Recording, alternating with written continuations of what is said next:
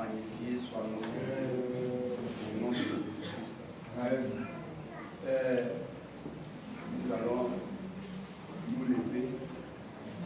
On va se lever pour l'écriture. On va se lever pour l'écriture. Apocalypse chapitre 20, 4 à 6. Apocalypse chapitre 20, 4 à 6. Apocalypse 20, 4 à 6. Le verset 4. Oui. Et je vis des trônes. Et je vis des trônes. Et à ceux qui s'y assis. Et à ceux qui s'y assis. Fut donné le pouvoir de juger. Il fut donné le pouvoir de juger. Et je vis les âmes. Et je vis les âmes de ceux qui avaient été décapités. De ceux qui avaient été décapités. À cause du témoignage de Jésus. À cause du témoignage de Jésus. Et à cause de la parole de Dieu. Et à cause de la parole de Dieu. Et de ceux qui n'avaient pas adoré la bête, ni son image, et qui n'avaient pas reçu la marque sur leur front, et sur leurs mains. Ils rêvaient à la vie. Et ils régnaient avec Christ. Pendant 1000 ans. Oui. Au verset 5. Les autres morts ne reviennent point à la vie. Ils ne reviennent point à la vie. Jusqu'à ce que les 1000 ans fussent accomplis. C'est la première résurrection. Au verset 6.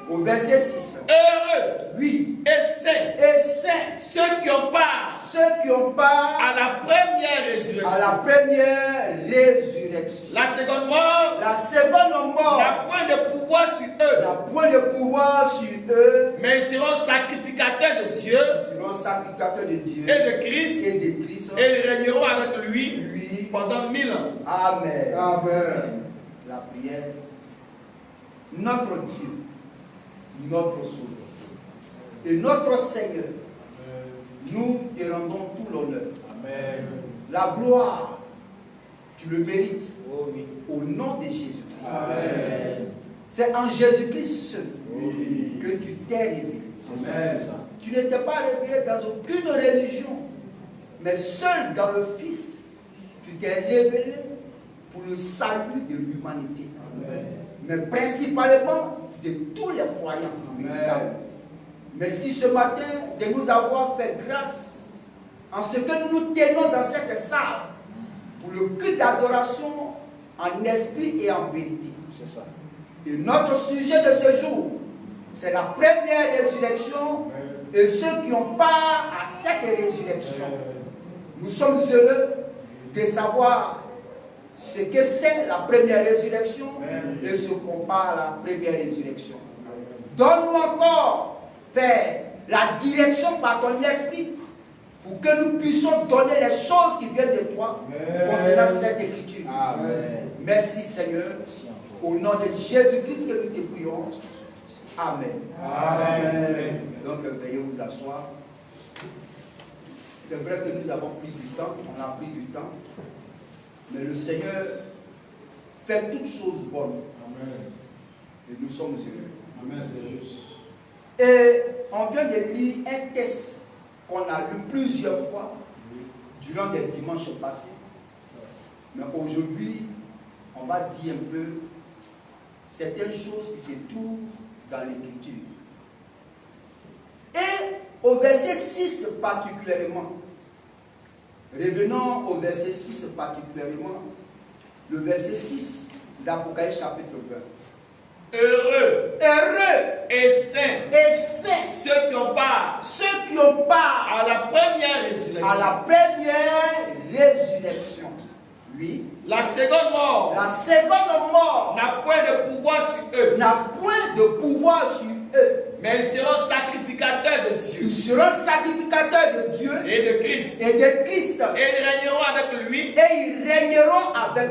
Pendant 1000 ans. Et nous croyons l'Écriture. C'est une promesse que Dieu nous a faite. Il dit, heureux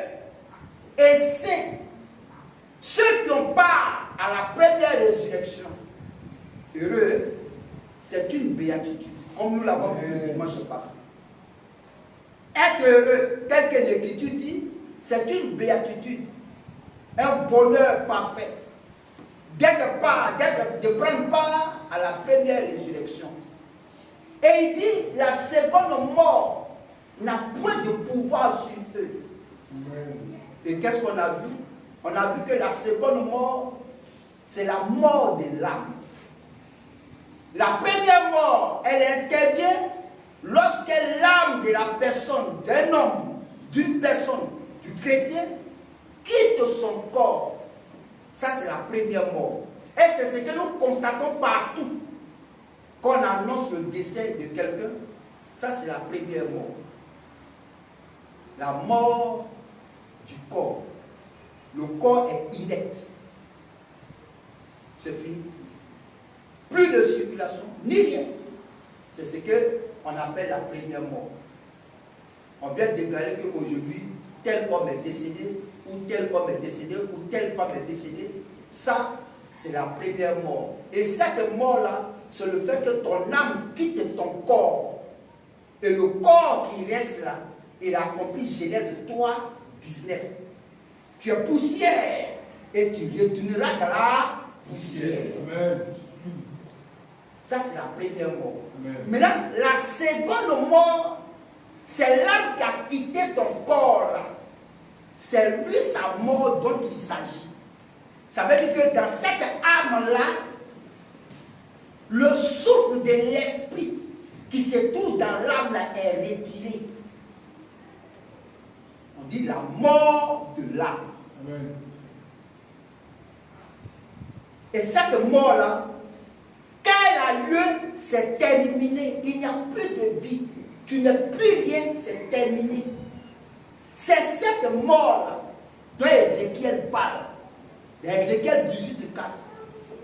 Il dit l'âme qui pêche, c'est elle qui mourra. Mais comment notre âme pêche? Elle pêche parce que nous sommes incrédules vis-à-vis de Dieu et sa parole. Et à la fin, c'est cette âme-là qui va mourir. C'est pourquoi durant notre temps, notre séjour terrestre, Dieu fait grâce. Il demande à ce que nous nous répandons et que nous nous convertissons pour que nous soyons sauvés, pour mettre à l'abri notre âme de la destruction, de la mort. Nous invitons toute personne à croire le Seigneur Jésus-Christ. Amen. Il est le seul Dieu vrai. Lui qui donne la vie, c'est Jésus. Lui qui donne la respiration, c'est Jésus. C'est à lui que nous devons répartir. Nous devons croire le Seigneur. Alors, donc, il dit, la seconde mort n'a point de pouvoir sur eux. Donc, dans le contexte ici, ceux qui ont part à la première résurrection, il dit la seconde mort n'a point de pouvoir sur eux. Ce sont des croyants, des véritables croyants. Et la seconde mort n'a point de pouvoir sur eux. Il dit, ils régneront avec Christ. Amen. Amen. Mais nous, aujourd'hui, on parle de la première résurrection. C'est là notre sujet. La première résurrection. Et on a vu que la première résurrection, c'est la résurrection de tous ceux qui, depuis la première venue de Jésus, jusqu'au commencement du millénium, tous ceux-là forment la troupe de la première résurrection. Vous voyez? Amen. C'est ça. Et cette première résurrection, elle est en plusieurs phases. Cette première résurrection-là, elle est en plusieurs phases. Mais aujourd'hui, on va voir la première phase de la première résurrection. Depuis la première venue du Seigneur Jésus sur la terre, à sa première venue, à sa mort et à sa résurrection, tous ceux, depuis sa résurrection, jusqu'à ce que le millénium ne commence, tous ceux qui seront réveillés de la mort et qui vont prendre part au millénium là, ceux-là font partie de la première résurrection. Et cette résurrection-là, elle est en plusieurs phases. Elle est en 3 phases. Mais on verra la première phase aujourd'hui. La première phase. Amen. Et Dieu va faire grâce qu'on va comprendre. Amen. La première phase, ce sont les croyants ressuscités lors de la première venue de Jésus. Lors de sa première venue, le Seigneur était présent physiquement. Il a dit, le royaume des cieux est proche. Répondez-vous, le royaume des cieux est proche. Quand Jésus était là, notre Dieu, notre Créateur, lorsqu'il était là, à sa première venue, révélé dans un corps humain, et qu'il marchait à Jérusalem, il marchait dans les villes de cette première venue-là, il fut martyrisé, il a été frappé, humilié, blessé, injurié. Et quand il est mort et qu'il est ressuscité, tous ceux qui ont été ressuscités et ils sont montés avec lui là, ils font partie de la première résurrection. Amen. On ne peut pas parler de la première résurrection sans parler des saints de l'Ancien Testament. Ce n'est pas possible. Sans parler de Jacob, sans parler de Job, sans parler d'Abraham, sans parler de Moïse, sans parler de ceux-là. On ne peut pas parler de la première résurrection dans sa première phase sans parler d'eux. Mais où tu mets Isaïe? Où tu mets Jérémie? Où tu mets Amos? Où tu mets ces prophètes-là? Ils font partie de la première résurrection. Donc, le Seigneur dit, la première résurrection là, ceux qui n'ont pas ça, la mort, la seconde mort n'a pas de pouvoir sur eux. Maintenant, allons et cherchons les gens de la première résurrection. D'abord, il faut savoir ceci. Dans Jean chapitre 5, Jean 5, 28 et 29. Retournons en Jean 5, 28 et 29. Jean chapitre 5, 28. Le verset 28 d'abord.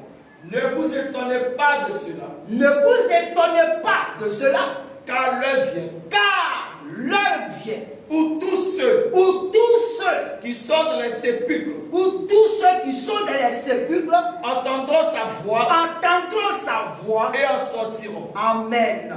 Amen. Il dit l'heure vient. Où tous ceux qui sont dans les sépulcres entendront sa voix et en sortiront. Donc, dans la première phase de la première résurrection, ils ont entendu sa voix et ils sont sortis des tombes. C'est là que vous allez voir. Quand le Seigneur Jésus parlait dans Jean chapitre 5 et qu'il disait l'heure vient où tous ceux qui sont dans les sépulcres entendront sa voix et en sortiront, mais vous allez voir. Ils ont vraiment entendu sa voix et ils sont sortis. Allons dans Matthieu chapitre 27. Allons dans Matthieu chapitre 27. Matthieu chapitre 27. Matthieu 27. Matthieu 27. Matthieu 27, 50 à 54. Au verset 50. Au verset 50, regardez, écoutez très bien. Jésus poussa de nouveau un grand cri. Quand Jésus a poussé de nouveau un grand cri et rendit l'esprit. Et qu'il a rendu l'esprit. Et voici. Le voile du temple se déchira. Le voile du temple s'est déchiré. En deux. En deux. Depuis le haut jusqu'en bas. Jusqu'en bas. La terre trembla. La terre trembla. Les rochers se fondirent. Les rochers se fondirent. Les sépulcres s'ouvrirent. Les sépulcres s'ouvrirent. Et plusieurs corps des saints. Et plusieurs corps des saints qui étaient morts. Ressuscitèrent. Ils ressuscitèrent. Oui. Étant sortis des sépulcres. Après la résurrection de Jésus-Christ. Après la résurrection de Jésus-Christ. De Jésus. Oui. Ils entrèrent dans la ville sainte. Ils sont rentrés dans la ville sainte. Et apparut un grand nombre de personnes. Ils ont apparu à un grand nombre de personnes. Oui. Oui. Au verset 54. Au verset 54. Le centenier. Le centenier. Et ceux qui étaient avec lui. Et ceux qui étaient avec le centenier. Pour garder Jésus. Pour garder Jésus. Ayant vu le tremblement de terre. Qu'ils ont vu le tremblement de terre. Et ce qui venait d'arriver. Et ce qui venait d'arriver. Fut saisi d'une grande frayeur. Ils ont été saisis d'une grande frayeur. Et il dit. Assurément. Assurément. Cet homme était fils de Dieu. Amen. Vous voyez? Il dit l'heure vient, où tous ceux qui sont dans les sépulcres entendront la voix du Fils et en sortiront. À sa première phase de la première résurrection, ceux qui étaient dans les sépulcres là, ils ont vraiment entendu sa voix. Et à sa résurrection, ils sont sortis des tombes. Et la Bible dit, les sépulcres s'ouvrirent. Et les saints morts se réveillaient et ils apparurent à un grand nombre de personnes. Ceux-là, à la résurrection du Seigneur, ceux-là, ils sont une partie de la première résurrection. Et c'était une écriture, c'est une prophétie qui s'est accomplie. Matthieu chapitre 27, 50 à 54 était une prophétie de l'Ancien Testament annoncée qui a été accomplie le jour où Jésus est mort et ressuscité.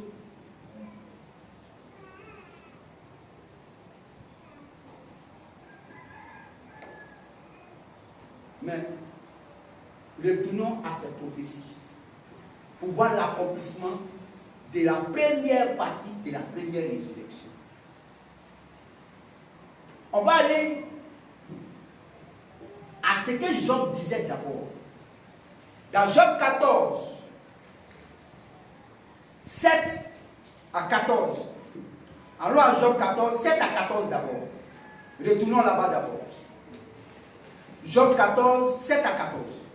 Un arbre a de l'espérance. Un arbre là, il a de l'espérance. Quand on coupe, quand on le coupe, il repousse. Voyez, un arbre là, il a de l'espérance. Il parlait de la résurrection. Il dit un arbre là, quand on le coupe, il repousse. Oui. Il produit encore des rejetons. Il produit encore des rejetons. Quand sa racine a vieilli dans la terre. Quand sa racine a vieilli dans la terre. Quand son tronc meurt dans la poussière. Quand son tronc meurt dans la poussière. Il revêtit à l'approche de l'eau. Il revêtit à l'approche de l'eau. Il pousse des branches comme une jeune plante. Oui. Mais l'homme. Là, il parle de la résurrection dans la nature. Maintenant, il revient maintenant à l'homme. Vas-y. Mais l'homme meurt. Mais l'homme, il meurt. Et il perd sa force. Il perd sa force. L'homme expire. L'homme expire. Et où est-il? Mais où il est?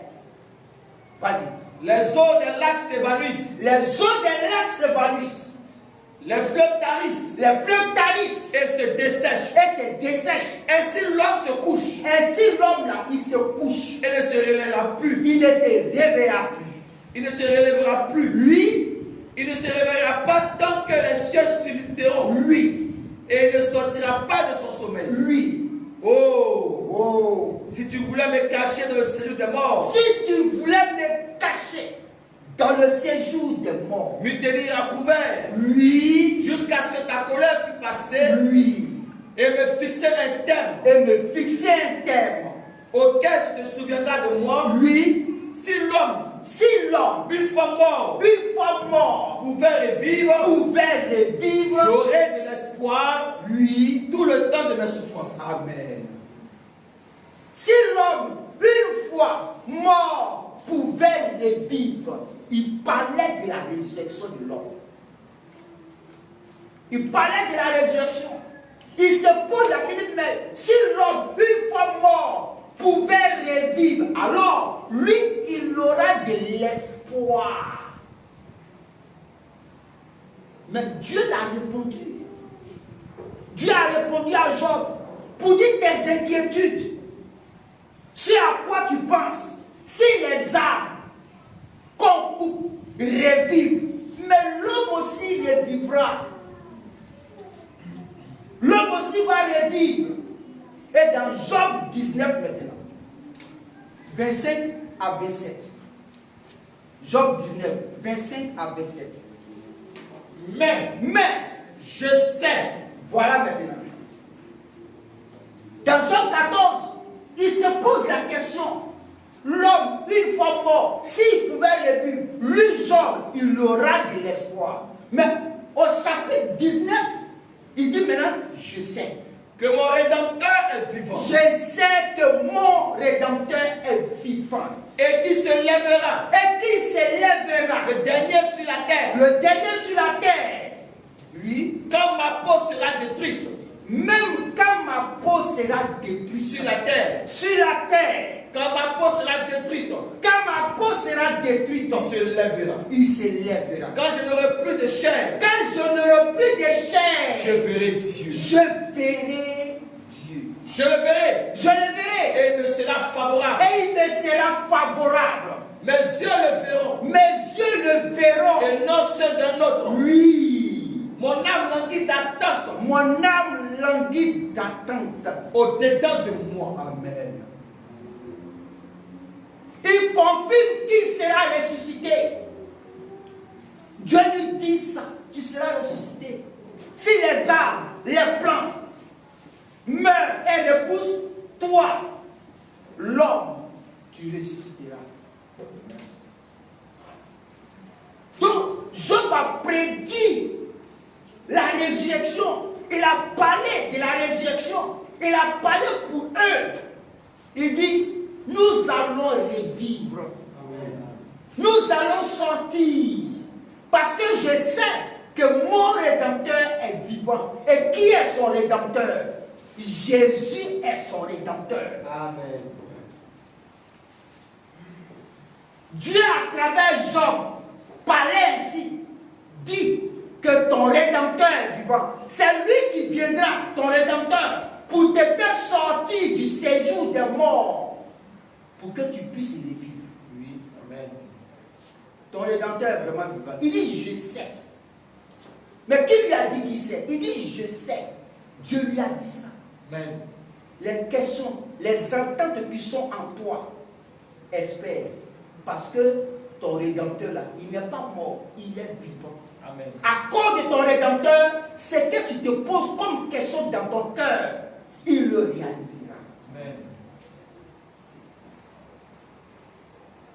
Il a annoncé la résurrection. Et effectivement, cette résurrection-là, elle a eu lieu. On prend une écriture encore. Somme 68. On va prendre une écriture encore. Somme 68. Somme 68, 18. Au verset 18. Oui. Tu as monté dans la hauteur. Voilà. Tu es monté dans les hauteurs. Tu as amené des captifs. Tu as amené qui est captif? Déjà, à l'avance, David dit ça.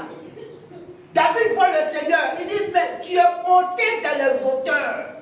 Et tu as amené des captifs. Qui étaient captifs? Ceux qui étaient dans le séjour de mort. Précisément dans le sein d'Abraham. Il dit, mais Seigneur, tu es monté dans les hauteurs. Oui. Tu as amené des captifs. Tu as amené des captifs. Tu as pris en don des hommes. Tu as pris en don des hommes. Les rebelles. Les rebelles habiteront aussi près de l'Éternel Dieu. Amen. Il dit, tu es monté dans les hauteurs. Tu es monté dans les hauteurs. Ça, c'est une prophétie de l'Ancien Testament. Cette prophétie-là, elle se rapporte aussi à Psaume 24. Psaume 24, 7 à 10. Psaume 24, 7 à 10. Psaume 24 au verset 7. Oui, Psaume 24, verset 7. Porte. Oui. Élevez vos linteaux. Porte. Élevez vos linteaux. Élevez-vous. Élevez-vous. Porte éternelle. Porte éternelle. Que le roi de gloire. Que le roi de gloire fasse son entrée. Fasse son entrée. Qui est ce roi de gloire? Ils sont dans les hauteurs. Ils sont dans les hauteurs. Ils sont arrivés à la porte du ciel. Les saints ressuscités le jour de la mort et la résurrection du Seigneur. Oui, même. Ils sont montés dans les hauteurs. Comme le psaume 68 le dit. Seigneur, nous te voyons, nous montons dans les hauteurs jusqu'à la porte du ciel. Et arrivés à la porte du ciel, qu'est-ce qu'ils disent? Porte. Il dit porte. Élevez vos linteaux. Élevez vos linteaux. Élevez-vous. Élevez-vous. Porte éternelle. Porte éternelle. Que le roi de gloire. Que le roi de gloire fasse son entrée. Fasse son entrée. Élevez-vous. Ouvrez. Qui a la clé? Qui ouvre la clé? Qui a la clé dans sa main? Ouvrir le lieu où on doit rentrer. Parce qu'ils sont montés maintenant dans les hauteurs. Après sa résurrection, oui, il prend les saints captifs. C'est pourquoi dans le psaume 68, 18, il dit, Seigneur, tu es monté dans les hauteurs avec les captifs. Et qui étaient captifs? Ceux qui étaient morts dans l'espérance, dans la foi en Dieu, dans les promesses de Dieu. Ceux qui sont morts, mais qui attendaient la venue du Rédempteur, qui attendaient la venue du Messie. Ceux qui attendaient que le Rédempteur devait accomplir le sacrifice. Pourquoi? Parce que le sang des animaux ne peut ôter le péché. Donc ils attendaient le sang parfait qu'elle est entrée en vigueur. Elle était sortie du lieu du sein d'Abraham. Alors, quand Jésus est ressuscité et qu'il montait, il a pris tous ceux qui, lors de sa résurrection, il est monté avec tous ces captifs-là. En montant, ils sont arrivés à la porte du ciel. Et les captifs disent, mais qui a la clé de la porte? Qui ouvre? On est arrivé, on veut rentrer. Nous voulons rentrer. On dit, mais ouvrez, que le roi de gloire fasse son entrée. Mais qui est le roi de gloire? Les anges ont posé la question, mais qui est le roi de gloire? Allah, non. Jamais. Issa, non. Jésus est le roi de gloire. Amen. Il dit, ouvrez. Alors, qu'est-ce qui s'est passé? Allons dans le psaume. Continuons.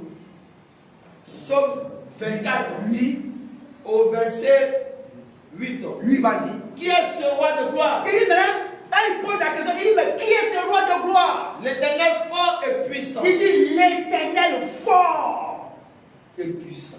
L'Éternel puissant dans les combats. L'Éternel puissant dans les combats. Porte. Élevez vos linteaux. Élevez vos linteaux. Élevez les portes. Élevez les portes. Porte éternelle. Porte éternelle. Que le roi de gloire fasse son entrée. Et l'Éternel de gloire fait son entrée. Qui est donc ce roi de gloire? Qui est donc ce roi de gloire? L'Éternel des armées. L'Éternel des armées. Voilà le roi de gloire. Voilà le roi de gloire. C'est pourquoi Paul a eu la révélation. Paul a eu la révélation. Dans Ephésiens chapitre 4, 8 à 10. Voici, quand il montait, il dit, étant monté. Vas-y. Ephésiens 4. Ephésiens 4. 8 à 10. Au verset 8. 8. C'est pourquoi il a dit. C'est pourquoi il est dit. Étant monté en haut. Étant monté en haut. Il amène des captifs. C'est ce que Somme 68 disait. Tu es monté dans les hauteurs et tu es monté avec les captifs. C'est ce que Paul dit dans Éphésiens chapitre 4, verset 8. Allons-y. Il amène des captifs. Il a amené des captifs. Et il a fait des dons aux hommes. Il a fait des dons aux hommes. Oh. Que signifie? Que signifie? Il est monté. Il est monté. Sinon, il est aussi descendu. Il est aussi descendu. Dans la région inférieure. Dans les régions inférieures de la terre. Dans les régions inférieures de la terre. C'est le séjour des morts. Amen. Il allait dans le sein d'Abraham, allait chercher Abraham, Isaac, Jacob. Tous ceux-là, les saints, sortez, on va partir. Amen. Et ceux-là, ils se trouvaient où? Ils se trouvaient dans Luc 16.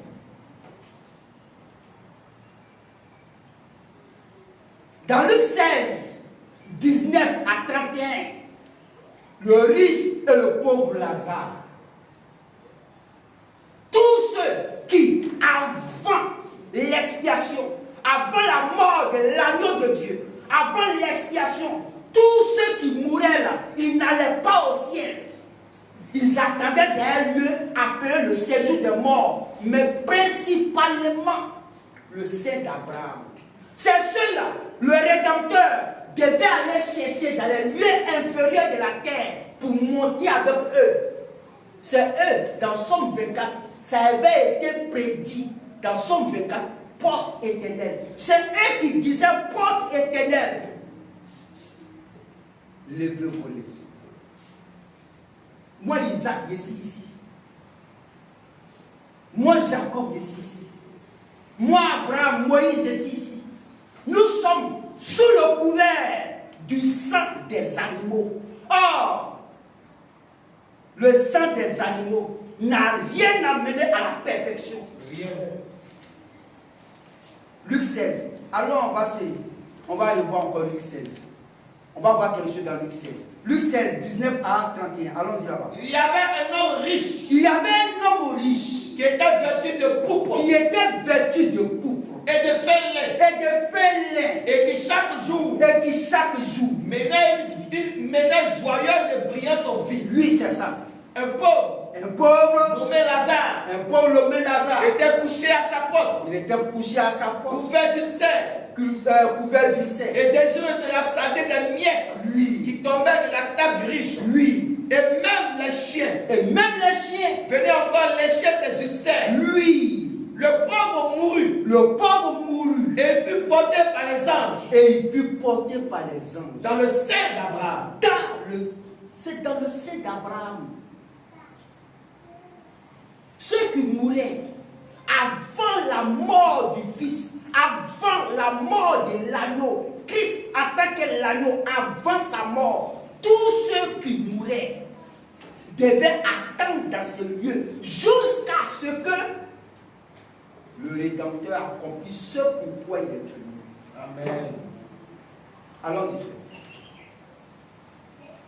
Le riche mourut aussi. Il mourut aussi. Et il fut enseveli. Dans le séjour des morts. Il leva les yeux. Il a levé les yeux. Et tandis qu'il était en proie au tourment, lui, il vit de loin Abraham. Il a vu de loin. Mais le Seigneur a bien fait de mettre ça. Parce que même c'était le séjour des morts, mais on n'était pas dans la même salle. Non, ce n'était pas possible. Jamais. C'est pourquoi il a pu donner cette écriture de Luc chapitre 19. Luc 16, 19 à 31. Pour montrer que malgré qu'on parle du séjour des morts, mais eux, ils n'étaient pas dans le même endroit. Malgré que c'est le séjour des morts. Et ça a été précisé que le sein d'Abraham. Amen. Vas-y. Dans le séjour des morts. Il leva les yeux. Ils ont levé les yeux. Et tandis qu'il était en proie au tourment, lui, il vit de loin Abraham. Ils ont vu qui de loin? Ils n'ont pas vu Job. Il y a où ils ont commencé? Là où ils ont commencé, Abraham. Ils ont vu Abraham de loin. Et Lazare. Et Lazare. Dans son sein. Et Lazare dans son sein. Oui. Il s'écria. Il s'écria. Père Abraham. Père Abraham. Aie pitié de moi. Aie pitié de moi. Et envoie Lazare. Et envoie Lazare. Pour qu'il trempe le bout de son doigt. Pour appeler Lazare, pardon. Il a souffert, c'était un pauvre. J'avais l'argent. Mais j'ai méprisé ce Lazare-là. Il dit, mais pardon, aujourd'hui, là, vraiment, il faut appeler Lazare pour venir. Mais j'ai aimé la réponse. Vas-y, frère. Pour qu'il mette son doigt dans l'eau, lui, et me rafraîchisse la langue. Lui. Car je souffre cruellement. Il dit que lui, il souffre cruellement. Dans cette flamme. Dans cette flamme-là. Abraham répondit. C'est Abraham qui a parlé pour eux tous. Abraham a parlé pour eux tous. Qu'est-ce qu'Abraham a dit? Mon enfant, souviens-toi que tu as reçu tes biens pendant ta vie, et que Lazare a eu les maux tous les maux pendant la sienne. Maintenant, vous qui avez l'argent, profitez. Amen. Vous qui avez les richesses, profitez. On ne peut pas vous parler. Vous avez l'argent, on ne peut pas vous parler. D'autres ne croient même pas que Dieu existe. Il n'y a pas de Dieu. L'argent, les fortunes qu'ils ont aujourd'hui, leur faire parler que Dieu n'existe pas. C'est pas grave. Dieu est tellement patient. Amen. Il est tellement patient. Dites tout ce que vous voulez. Vous avez raison pour le moment. Mais je ne sais pas. L'argent qu'ils ont ne les a jamais soignés. Jamais. Ils ont tout l'argent, tout le beurre, ils ont tout. Mais quand ils tombent malades, l'argent là ne les guérit pas. Ils ont oublié Dieu. Amen. C'est là que Dieu intervient. C'est là où on parle de guérison divine. Amen. Il est puissant pour guérir. Amen. Vas-y, frère. Et que Lazare a eu les maux pendant la sienne. Maintenant, il est ici. Consolé. Il est consolé. Et toi, tu souffres. D'ailleurs, il y a entre nous et vous. Voilà, il y a la précision des tailles. Il dit d'ailleurs même là, il ne faut pas penser qu'on est dans le même point. Non, on est dans. C'est-à-dire que. C'est-à-dire qu'il faut faire la réalité même là. On est dans le séjour de mort. On n'est pas dans le même, on n'est pas dans la même chambre. Vas-y. Il y a entre nous et vous un grand abîme. Afin que ceux qui voudraient passer d'ici vers vous, ou de là vers nous, ne puissent le faire. Ça m'a beaucoup plu. C'est pas parce qu'on est dans le même coin, mais il y a beaucoup de chambres. C'est 2 chambres salon. Amen. Nous, on est dans notre salon, vous êtes dans notre salon. On est dans notre chambre, vous êtes dans notre chambre. Mais pour quitter de notre chambre, pour venir chez vous là, on ne peut pas faire ça. Pour quitter chez vous, pour venir chez nous là, ça ne peut pas se faire. Dieu sait pourquoi il a fait ça. Pour que toi, tu ne vas pas croire. Tu as vu bien. Et puis, arrivé sur la terre, maintenant, tu es là-bas, mais puis toi, tu as sauté un peu seulement pour arriver. Non. Il n'y a pas échelle, frère. Non, il n'y a pas échelle. Il n'y a pas corde. C'est quelle religion? On ne met pas corde là-bas. Allons-y, frère. Le riche dit, je te prie donc. Il dit, je te prie donc. Père Abraham, d'envoyer Lazare dans la maison de mon père. Il dit, Lazare, il faut l'envoyer au quartier. J'ai mes parents là-bas, j'ai mes frères, ils sont 5. Car j'ai 5 frères. J'ai 5 frères. C'est pour qu'il leur atteste ces choses. Comme Lazare, lui, il est bien, et qu'il est arrivé ici, la seule chose qui était demandée, j'ai mes frères au quartier, ils sont à la maison. 2 sont couchés, 2 sont en train de jouer l'auto, 2 sont en train de se promener, ça joue le ballon les dimanches matin. Il faut envoyer Lazare pour aller les prêcher. Mais j'ai aimé Abraham. Afin qu'il ne vienne pas aussi dans le lieu de ce tourment. Pour ne pas qu'il vienne. Oui. Dans ce lieu de tourment. Oui. Abraham répondit. C'est que lui il a dit là. c'est bien. C'est quelqu'un qui veut du bien de ses frères. Ça, c'est normal. Il veut du bien de ses frères. Mais Abraham lui répond, oui, ils ont Moïse. Ils ont Moïse. Et les prophètes. C'est la même chose aujourd'hui. Qu'ils les écoutent. Quand on s'en va les prêcher là, ils sont forts.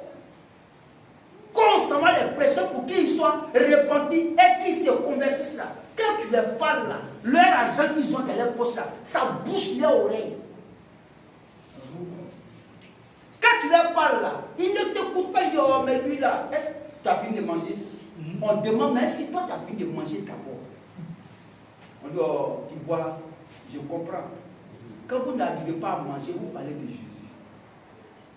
Comment ils prennent les choses de Jésus là comme amusement. Mais il dit, ils ont les prophètes, ils ont Moïse là-bas. Vas-y.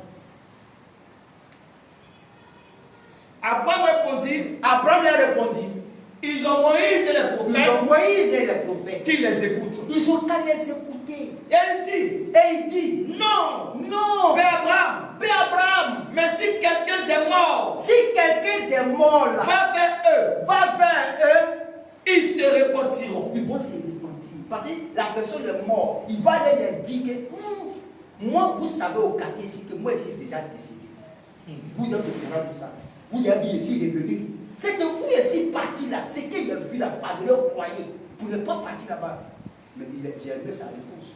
Et Abraham dit, s'il n'écoute pas Moïse, s'il n'écoute pas les prophètes, et les prophètes, ils ne se laisseront pas persuader. Oui. Quand même, quelqu'un des morts ressusciterait. Ils ne vont pas croire. Il ne faut pas penser que c'est parce qu'il est mort, puis il est parti, il a dit là, qu'il croit. Non. Elles ont dit à lui, elle est plus gros que tête. Et ils vont avoir peur de quoi. Où ils sont très à l'aise. La repentance, la conversion ne les dit rien. Quand ils pêchent, c'est-à-dire que les terrains de football sont plus remplis quand un prédicateur vient. Et puis un vrai prédicateur de l'évangile, quand il vient, les stades sont vides. C'est ceux-là qui a dit qu'ils ont Moïse et les prophètes. Ils vont faire quoi à eux? Même nous, on prêche, on ne nous écoute pas. Quand il parle, il dit rien comme ça. Il dit ceux-là, ils sont dans ça là encore. Ils ne t'écoutent pas. Or, la vie là, elle tient un fil. Oui. La vie tient un fil. Tu ne sais pas à quelle heure tu vas partir. Quand voici les plateaux télé, elles sont belles. Mais tu sais au fait, il n'est pas pressé. Je le connais, il n'est pas pressé. Jamais. Il n'est pas pressé. C'est-à-dire, fais, amuse-toi. Amuse-toi. C'est bien. C'est ce que Job a dit. Il dit amuse-toi, mais il y a un jugement qui vient et tu n'échapperas pas. Dieu est très calme. Il est très calme, il ne parle pas. Mais il va t'attraper, forcer. Forcer, il va t'attraper. Aucun n'échappera. S'il y a un qui échappe, c'est que Jésus n'est pas Dieu, c'est lui qui est Dieu. Lui qui échappera, c'est lui qui est Dieu. Personne n'échappera. Donc vous voyez, il y avait des prophéties dans l'Ancien Testament qui avaient été annoncées et qui devaient s'accomplir à cause de ceux qui sont retenus captifs dans le séjour des morts, mais précisément dans le sein d'Abraham. Il y avait une prophétie, il y avait des prophéties qui avaient été annoncées, mais ça devait s'accomplir. Ce sont ces prophéties-là, annoncées-là, qui se sont accomplies dans Matthieu 27, 50 à 54. Quand il est ressuscité là, ceux qui étaient endormis dans le séjour des morts, précisément dans le sein d'Abraham là, ce jour-là, ils sont sortis des tombes. Il est allé les chercher au séjour des morts pour dire allons-y. Votre lieu n'est plus ici, mais votre lieu c'est au ciel. Allons-y.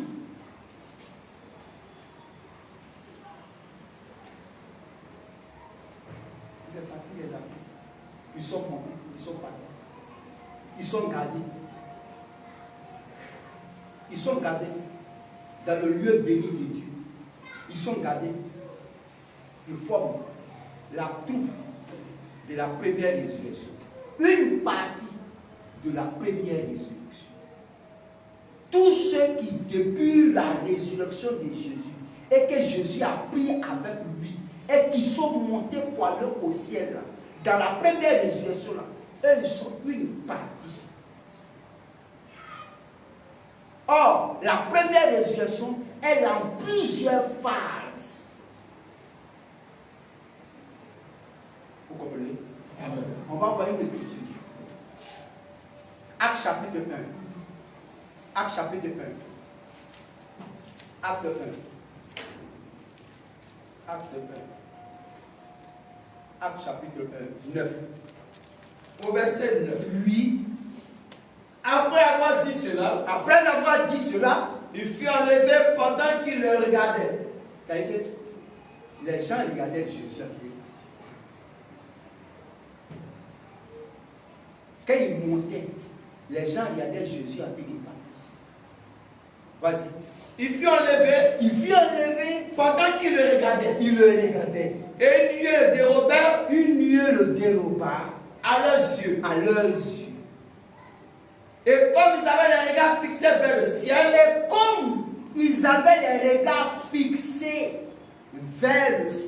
pendant qu'ils s'en allaient, en haut, oui, voici deux hommes vêtus de blanc, leur apparut et dit, homme de Galilée, pourquoi vous arrêtez-vous à regarder au ciel? Oui, ce Jésus, ce Jésus qui a été enlevé au ciel, du milieu de vous ici là, reviendra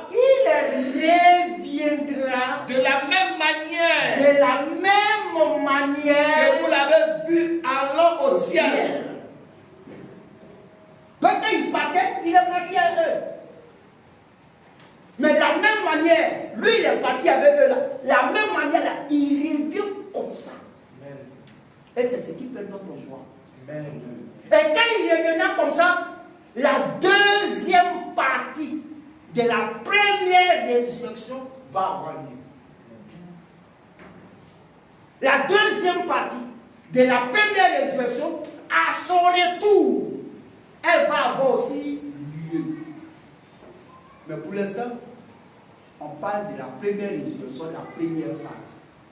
Donc la première phase, c'est bouclée par ceux qui ont été ressuscités à la première venue du Seigneur, quand ils partaient au ciel, là, ceux qui ont été ressuscités et qui étaient dans le sein d'Abraham, quand il est parti avec eux là, ceux-là forment une partie de la première résurrection. Que Dieu bénisse. Amen. Que la gloire vienne à notre Seigneur. Au nom de Jésus-Christ. Amen. Luc 24, 51. Luc 24, 51. Luc 24, 51. Luc 24. Au verset 51. Oui. De Luc 24. Oui.